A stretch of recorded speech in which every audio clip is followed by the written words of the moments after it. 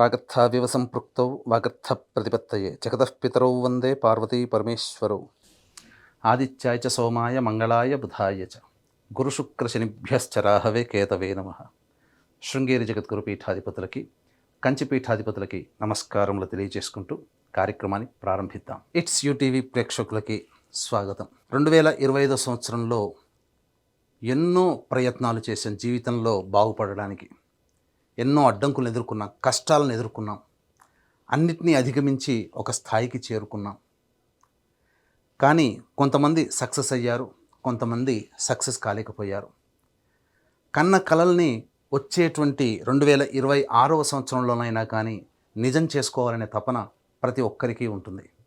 అయితే మనకు ఉన్నటువంటి సాంప్రదాయకమైనటువంటి విధానం ప్రకారం ప్రతి సంవత్సరం ఉగాది టు ఉగాది రాశి ఫలాలు చెప్పుకోవడం సాంప్రదాయం. కానీ ప్రపంచమంతా ఒక ధర్మాన్ని పాటిస్తుంది కాబట్టి అది కూడా మనం అంగీకరించక తప్పదు. అయితే ఇప్పుడు మనం చెప్పుకోబోయేటువంటి రాశి ఫలాలు ఏవైతే ఉన్నాయో యూటీవీ ప్రేక్షకులు గమనించాలి. జనవరి 1వ తారీఖు 2026 నుంచి డిసెంబర్ 31వ తారీఖు వరకు 2026 సంవత్సరం వరకు ఉన్నటువంటి గ్రహాల యొక్క సంచారాన్ని బట్టి వివిధ రాశుల్లో జన్మించినటువంటి వారికి ఏ విధంగా ఉండబోతుంది అనేటువంటి విషయాల గురించి క్లుప్తంగా తెలియచేసుకునే ప్రయత్నం చేద్దాం. ప్రతి వివరణ కూడా సశాస్త్రీయంగా అనాలిసిస్ చేసి మీకు అందివ్వడం జరుగుతుంది. అలాగే సమస్యలు ఉంటే పరిహారాలు ఏం చేసుకోవాలి, కష్టాలు ఇబ్బందులు ఉన్నప్పుడు ఏ విధంగా అధిగమించాలి అనే విషయాన్ని కూడా ఇందులో తెలియచేయడం జరిగింది. కాబట్టి ఈ యొక్క కార్యక్రమాన్ని ఆశాంతం వీక్షించండి. 2026వ సంవత్సరంలో జనవరి నుంచి డిసెంబర్ వరకు వృశ్చిక రాశిలో జన్మించినటువంటి వారికి ఏ విధంగా ఉండబోతుందో తెలుసుకునే ప్రయత్నం చేద్దాం. సాధారణంగా ఈ యొక్క వృశ్చిక రాశిలో జన్మించినటువంటి వారికి గురువు అష్టమ రాశిలో సంచారం చేస్తున్నాడు. కానీ మార్చి 14వ తారీఖు వరకు వక్రీకరించినటువంటి ప్రభావం చేత సప్తమ భావ ఫలితాన్ని కూడా అందివ్వబోతాడు. అయితే గురువు చాలా ప్రధానమైనటువంటి కీలక పాత్ర ఈ యొక్క వృశ్చిక రాశిలో జన్మించినటువంటి వారికి. మార్చి 14 నుంచి జూన్ 1వ తారీఖు వరకు అష్టమ స్థానంలో స్థితి పొంది ఉంటాడు.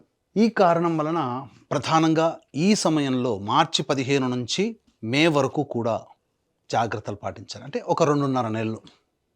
మొదటి 2.5 నెలలు అనగా జనవరి నుంచి మార్చి 14 వరకు యోగకాలమే. ఒకవైపు నష్టం అనేటువంటిది అంటే ఆర్థిక పరంగా కావచ్చు, చేసే ప్రయత్నంలో విఫలం కావచ్చు, ఇలా కొన్ని నష్టాలు ఉన్నప్పటికీ కూడా మొదటి 2.5 నెలలు అనుకూలంగా వాతావరణం ఉంటుంది. గుర్తుపెట్టుకోండి, దైవానుగ్రహాన్ని ఈ మొదటి 2 నెలల్లో వృశ్చిక రాశిలో జన్మించిన వాళ్ళు పొందే ప్రయత్నం చేయాలి. ఇక తదనంతరం మార్చి 15 నుంచి మే 31వ తారీఖు వరకు అష్టమ రాశిలో సంచారం చేస్తూ ఉన్నటువంటి కారణం చేత కొంత నష్టములు అనేటువంటి ఉంటాయి. మనది అనుకున్న వస్తువు మన దాటి వెళ్ళడం, అంటే ఆ వస్తువు అంటే వ్యక్తులు కావచ్చు, లేదా గృహము కావచ్చు, వాహనము కావచ్చు, మనం జాగ్రత్తగా దాచుకున్న వస్తువు కావచ్చు, ఏదైనా ఈ వృశ్చిక రాశిలో జన్మించిన వాళ్ళు కోల్పోయే అవకాశం ఉంటుంది. మనది అనుకున్నది మన నుంచి దూరం అవుతుంది. కాబట్టి జాగ్రత్తలు పాటించండి. అప్రమత్తతతో ఈ మార్చి 15 నుంచి మే 31వ తారీఖు వరకు ఉండాలి. ఇక ఆ తదనంతరం జూన్ 1వ తారీఖు నుంచి గుర్తుపెట్టుకోండి, జూన్ 1వ తారీఖు నుంచి డిసెంబర్ వరకు సంపూర్ణమైనటువంటి యోగాన్ని ఈ వృశ్చిక రాశి వారికి గురువు సంపూర్ణ మద్దతు తెలియచేస్తున్నాడు. అంటే మొదటి 5 నెలలు మాత్రమే సాధారణంగా ఉంటూ తర్వాత 7 నెలలు సంపూర్ణమైనటువంటి విజయ యాత్ర ఈ వృశ్చిక రాశి వారికి గురువు అనుకూలంగా ఇవ్వబోతున్నాడు.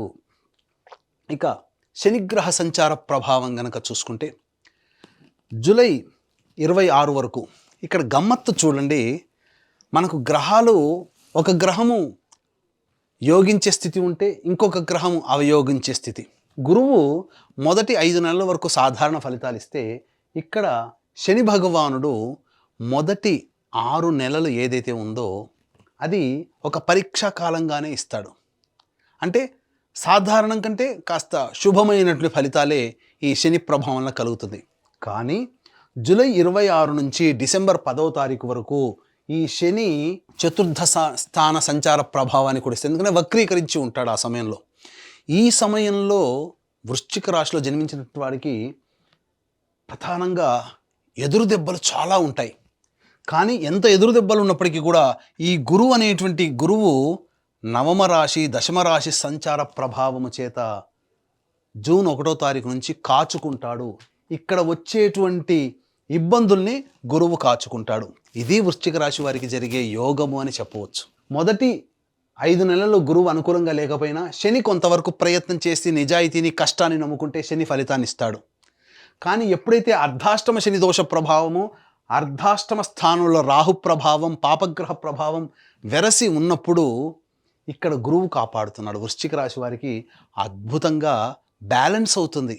ఇది కదా ఈ వృశ్చిక రాశి వారు ఈ 2026 సంవత్సరంలో చేసుకున్న అదృష్టము అని అప్పుడు మీరు తెలుసుకుంటారు. సమస్యలు మీద పడతాయి. ఆ సమస్యల నుంచి బయటపడే మార్గం కూడా మీకు తెలుస్తుంది. ఆ తెలిసిన మార్గాన్ని మీరు పట్టుకొని ప్రయత్నం చేస్తే ఈ యోగం ఏంటనేది అప్పుడు మీరు గమనిస్తారు. కాబట్టి అది ఒక రకంగా యోగమనే చెప్పవచ్చు. ఇక కేతుగ్రహ ప్రభావము వెరసి కొంత ఇబ్బందులు అనేటువంటివి కలుగుతాయి. అంటే ఏం జరుగుతుంది? ప్రతి ప్రయత్నంలో కొంతవరకే ప్రయత్నం చేయడం, తర్వాత దూరం జరగడం, ఇలా జరుగుతుంది. అంటే jack of all but master in none అన్నట్టుగా అన్నిట్లో కొద్ది కొద్ది పనులు మాత్రమే చేస్తారు. కాబట్టి ఇక్కడ ఈ కేతు ఇచ్చే అవయోగాన్ని మీరు యోగంగా మార్చుకోవాలంటే పోరాడే ప్రయత్నాన్ని మీరు చేయాలి. అప్పుడే ఈ కేతు వల్ల వచ్చే దుష్ఫలితాలు తొలగిపోతాయి. ఇది ఈ వృశ్చిక రాశి వారు గమనించాల్సినటువంటిది. అయితే ప్రధానంగా విద్యార్థులకి మొదటి 2.5 నెలలు మార్చి 14 ఏదైతే ఉందో కష్టపడితే ఫలితం ఉంటుంది.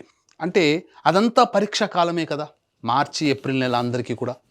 కాబట్టి ఈ గురువు అష్టమ స్థానంలో ఉన్నప్పటికీ కూడా వక్రీకరించినటువంటి ప్రయత్నం చేత కష్టపడిన దానికి ఫలితం ఇస్తాడు.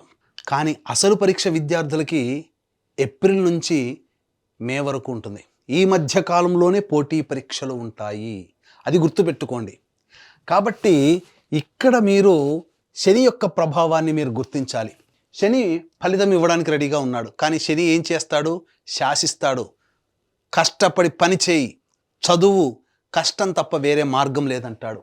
ఆ విధానాన్ని విద్యార్థులు అలవర్చుకుంటే ఈ గురువు ఇచ్చేటువంటి నెగిటివ్ ఎఫెక్ట్ని శని మాఫీ చేస్తాడు. అందుకనే మొదటి 5 నెలల పాటు విద్యార్థులు కష్టపడడమే నేర్చుకోండి. ఆ 5 నెలల పాటు కష్టపడ్డ ఫలితాన్ని గురువు మీకు యోగాన్ని ఇవ్వబోతున్నాడు, అది తెలుసుకోండి.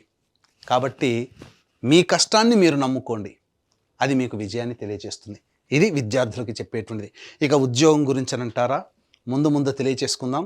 ఎందుకంటే దానికి సవివరమైనటువంటి వివరణ ఇవ్వాల్సి వస్తుంది. కాబట్టి ఇక వివాహ ప్రయత్నాల్లో మీకు చూసుకున్నట్లయితే జూన్ 1వ తారీఖు నుంచి తర్వాత ఆ 7 నెలల్లో వివాహితులు అవుతారు. అవివాహితులకి వివాహము జరిగి తీరుతుంది, అందులో సందేహమే లేదు. రాసి పెట్టుకోండి. మీకు ఖచ్చితంగా మీరు ప్రయత్నం చేస్తే వివాహం జరిగి తీరుతుంది జూన్ నుంచి అని చెప్పవచ్చు. ఇక దాంపత్యము, ఇక్కడ దాంపత్యము అనేటువంటిది కనుక చూసుకున్నట్లయితే ఈ యొక్క వృశ్చిక రాశి వారికి జూలై నెల వరకు కూడా కాస్త ఆటంకాలు ఉంటాయి.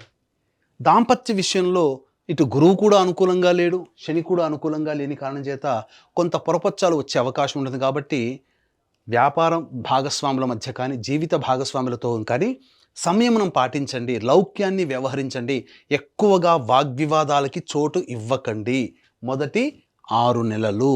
తదనంతరం అన్ని సర్దుబాటు చేసుకుంటాయని చెప్పవచ్చు. ఇక ఆరోగ్యపరంగా చూసుకున్నట్లయితే ప్రధానంగా ఈ యొక్క వృశ్చిక రాశిలో జన్మించినటువంటి వారు ఫుడ్ కంట్రోల్ అనేటువంటిది పెట్టుకోవాలి, డైట్ కంట్రోల్. దీని వలన సమస్యలు అధికంగా వస్తాయి.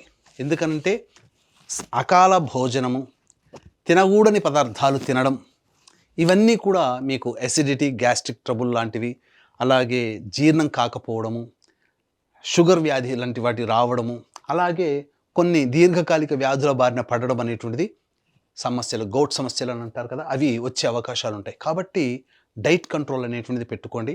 ఆరోగ్యపరంగా సంపూర్ణంగా యోగదాయకంగా ఉంటుంది అని చెప్పవచ్చు.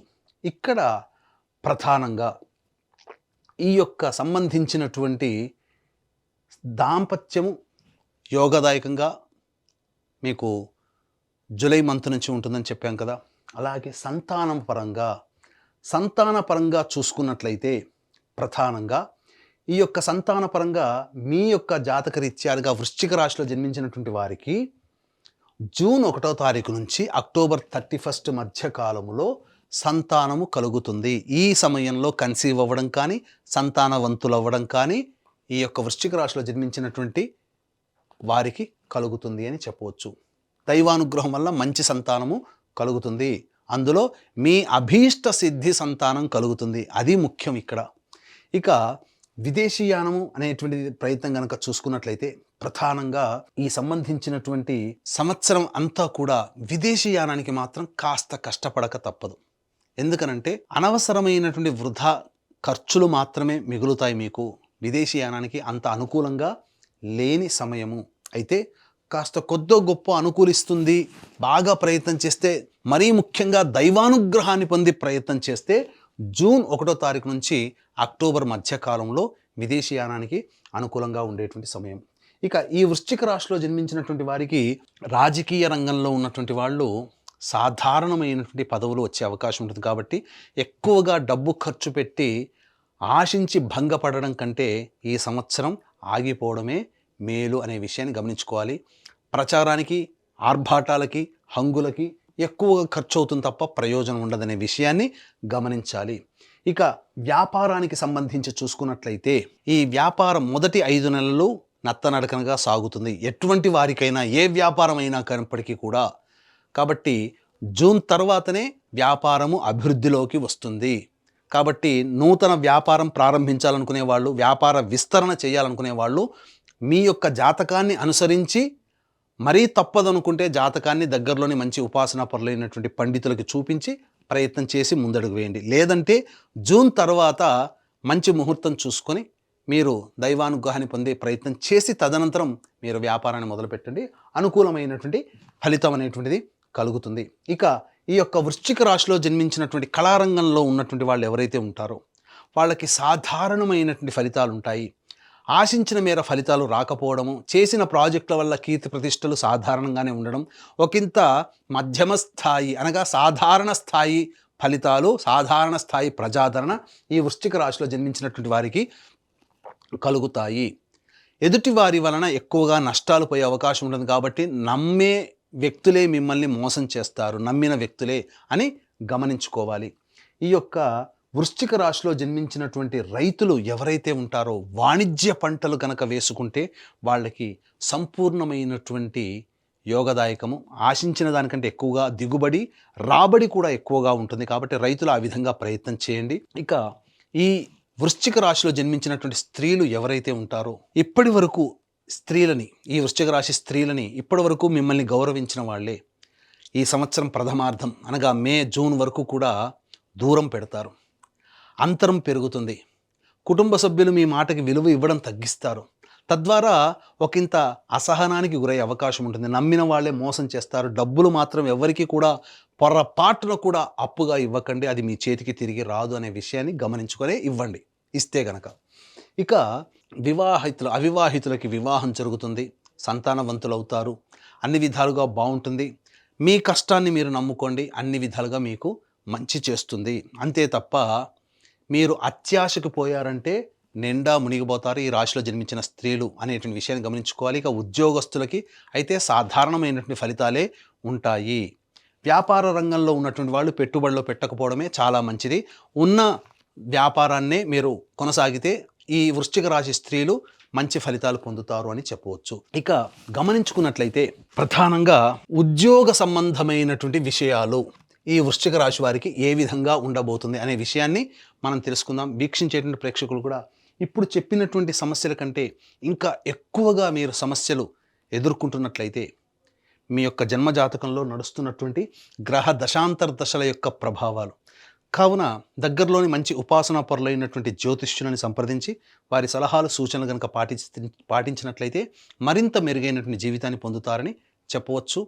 అంతేకాకుండా ఈ యొక్క వృశ్చిక రాశి వారికి ఎన్ని ప్రయత్నాలు చేసినా దైవానుగ్రహం ఉంటేనే ఆ ప్రయత్నాల్లో అభివృద్ధి విజయాన్ని పొందుతారు. కాబట్టి ఇట్టి దైవానుగ్రహం అందరికీ అందించాలనేటువంటి ఒక సదుద్దేశంతో మన పీఠం ఆధ్వర్యంలో ఈ 2026 సంవత్సరం మొత్తం కూడా ప్రతి నెల ఒక పుణ్యక్షేత్రంలో ఒక పర్వదినం రోజున మీ జాతకరీత్యా కలుగు అన్ని రకాల సమస్యల నివారణకి సర్వదోష నివారణ పూజలు, హోమాలు, అంటే ఆరోగ్యానికి మృత్యుంజయ హోమం, ఉద్యోగానికి పురుష సూక్త విధానంగా హోమం, శత్రుబాధ న్యాయ సమస్యలకి నరఘోషకి సుదర్శన మూలమంత్ర హోమం, వివాహం కాని వాళ్ళకి హోమాలు, దాంపత్య సమస్యలు, ఆర్థికపరమైన సమస్యలకి లక్ష్మీ మూలమంత్ర సంప్రీతి లక్ష్మీ సూక్త హోమం, ఇలా 21 హోమాది కార్యక్రమాలు మీ గోతనామాదులతో జరిపించి ఒక రక్షణ కవచాన్ని మీకు అందజేయడం జరుగుతుంది. వీడియోలు కూడా మీకు పంపించడం జరుగుతుంది. అవకాశం ఉన్న వాళ్ళు స్క్రీన్పై కనిపిస్తున్నటువంటి నెంబర్లకి కాంటాక్ట్ చేసి మీ వివరాలు తెలుసుకోవచ్చు, మీ వివరాలు నమోదు చేసుకోవచ్చు.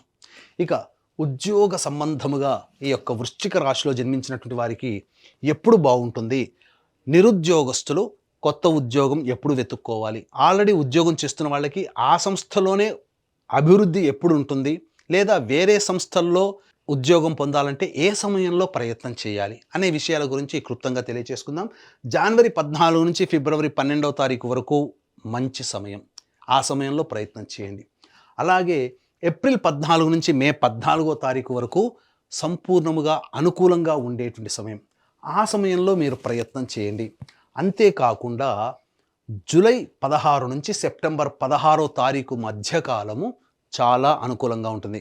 జనవరి 14 నుంచి ఫిబ్రవరి 13, అలాగే ఏప్రిల్ 14 నుంచి మే 14 మరియు జూలై 16 నుంచి సెప్టెంబర్ 16, ఈ సమయంలోనే నిరుద్యోగస్తులకి ఉద్యోగం లభించడం, ఆల్రెడీ ఉద్యోగం చేస్తున్న వాళ్ళకి మంచి సంస్థల్లో ఉద్యోగం రావడం కానీ, ఉన్న సంస్థల్లో అభివృద్ధి కానీ ప్రమోషన్ కానీ రావడం జరుగుతుంది. మిగతా సమయాల్లో ప్రయత్నం చేయకండి, ఉన్న సంస్థల్లోనే ప్రయత్నం చేసుకోండి, ఉద్యోగం చేసుకోండి. వేరే చోటుకి వెళ్ళి భంగపాటు పడక తప్పదు మిగతా సమయాలలో. ఇక ఈ యొక్క వృశ్చిక రాశిలో జన్మించినటువంటి వారికి గురువు ఎలాగో మొదటి మార్చి నెల వరకు అనుకూలంగా లేడని చెప్పుకున్నాం కదా, మిగతా రాశ్యాధిపతి అయిన కుజుడు కూడా అనుకూలంగా లేడు. అర్ధాష్టమ కుజ ప్రభావం వలన అకాలమైనటువంటి విరోధాలు బంధుమిత్రులతో, అలాగే ఈ సంబంధించినటువంటి వాహన ప్రమాదాలు చోటు చేసుకునే అవకాశం కూడా ఈ యొక్క మార్చి నెల వరకు ఉంటుంది. ఇక ఏప్రిల్ నెల మాసంలో ఆలోచించిన పనులు నత్తనడకన సాగుతాయి. దీనికి తగ్గట్టుగా గురువు కూడా అష్టమ స్థానంలోనే ఉంటాడు. మే మంత్ మాత్రం అన్ని విధాలుగా శత్రువులపై విజయాన్ని పొందుతారు. మే 1వ తారీఖు నుంచి జూన్ 19వ తారీఖు వరకు, జూన్ 19 నుంచి ఆగస్టు 1 వరకు దాంపత్య సమస్యలు, వ్యాపార భాగస్వాముల మధ్య సమస్యలు, లేదా ఎవరితో కలిసి పనిచేసినా వాళ్ళతో సమస్యలు. ఈ ఆగస్టు 2 నుంచి సెప్టెంబర్ 17వ తారీఖు మధ్యకాలం మాత్రం అనారోగ్య సూచనలు, వైద్యుని సంప్రదించడం, శస్త్రచికిత్సలు జరుగుతుంది. ఇక సెప్టెంబర్ 18వ తారీఖు నుంచి నవంబర్ 11వ తారీఖు వరకు న్యాయపరమైనటువంటి సంబంధాలు, ఇబ్బందులు ఎదుర్కోక తప్పదు. ప్రభుత్వం పరంగా పన్నులు చెల్లించాల్సినటువంటి పరిస్థితి. నవంబర్ 12 నుంచి డిసెంబర్ వరకు కూడా కోపతాపాలు ఎక్కువగా ఉంటాయి. ఇతరుల మీద ఆగ్రహము, అసహనం ఎక్కువగా ఉండడం వల్ల సమస్యలు కొని తెచ్చుకుంటారు అని చెప్పవచ్చు. ఏతావాతా చెప్పొచ్చేది ఏమిటంటే, ఈ యొక్క వృశ్చిక రాశిలో జన్మించినటువంటి వారు ప్రధానంగా సమస్యల వలయం అనేటువంటిది ఉంటుంది. సాధారణమైనటువంటి ఫలితాలే ఉంటాయి, మిశ్రమ ఫలితాలు పొందుతారు. కాబట్టి ఈ చెప్పినటువంటి సమస్యల పరిష్కారం కోసం ప్రతిరోజు కూడా హనుమాన్ చాలీసా రోజుకి 5 సార్లు పఠించడం, అలాగే కాలభైరవాష్టక పారాయణం రోజుకి 3 సార్లు పఠించడం చేయాలి. ఇవి సాధారణంగా మీ దైనందిన జీవితంలో వచ్చే సమస్యలు.